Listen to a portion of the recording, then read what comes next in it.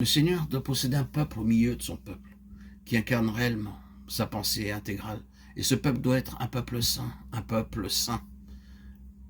Les mots suivants sont très forts. Il s'assiera comme celui qui affine, un affineur, qui affine de l'or et de l'argent, un affineur. L'image a souvent été utilisée, vous le savez, en relation avec ces mots, comme un affineur d'or et d'argent qui chauffe et chauffe le métal sous le creuset et le regarde jusqu'à ce que les scories soient consumées et qu'il puisse voir son propre visage se refléter dessus et dire alors, c'est bon, c'est fini. N'est-ce pas précisément ce que le Seigneur ferait? Les feux. Pourquoi? Les jugements. Dans quel but? Afin de contempler sa propre face, dans le but de voir sa propre face. La gloire de Dieu sur la face de Jésus-Christ dans nos cœurs. Il y a un but pour lequel Dieu nous communique de tels messages à l'heure actuelle. Alors que c'est solennel, peut-être exigeant, rendons-nous compte que nous avons ici un message qui est en lien avec une perspective. Le Seigneur est un Seigneur qui désire avancer, qui veut toujours atteindre de nouvelles régions, parvenir à son plein but. Il veut le faire. Il désire réaliser quelque chose de nouveau, et toujours nouveau, au milieu de son peuple.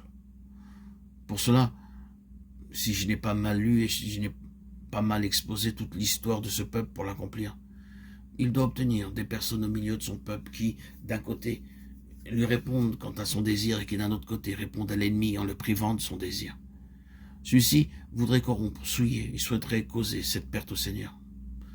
Lévi dit non, jamais, jamais, quoi qu'il en coûte, jamais. Il est possible qu'à propos du service pour le Seigneur, nous parlons de cette manière. Nous irons où le Seigneur le souhaite. Nous souffrirons tout ce que cela implique de servir le Seigneur dans n'importe quelle partie du monde.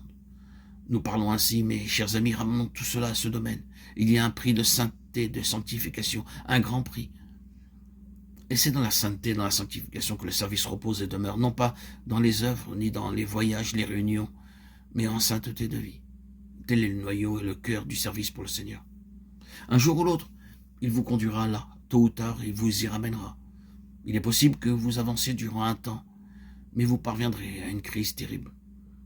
Le Seigneur voit ce qui n'est pas sain, mais encore une fois, c'est un message positif et non négatif. Le Seigneur voudrait nous dire quelque chose à nous qui sommes rassemblés aux réunions, le dimanche, ou même dans la semaine. Il souhaite avancer avec nous, il désire avancer, il souhaite continuer. Il veut réaliser des choses, car c'est ainsi qu'il est. Mais même le Seigneur est tenu par les Lévites. Ce qui est clair, c'est que dès lors qu'une nouvelle phase doit être entamée, les Lévites doivent entrer dans leurs conditions et dans leur position devant le Seigneur. Que le Seigneur fasse de nous de vrais Lévites, capables de le servir.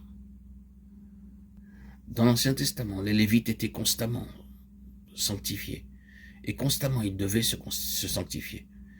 Regardez par exemple dans le livre d'Esdras, comment ils ont dû se sanctifier pour le service de l'Éternel. Un peuple sanctifié, c'est impressionnant, je pense même significatif, qu'il ait été dit que Jean-Baptiste marcherait devant la face du Seigneur et que l'aboutissement de son ministère serait de préparer un peuple sanctifié pour le Seigneur, préparer un peuple ou qu'il y ait un peuple préparé pour le Seigneur. Or, c'est le principe des Lévites.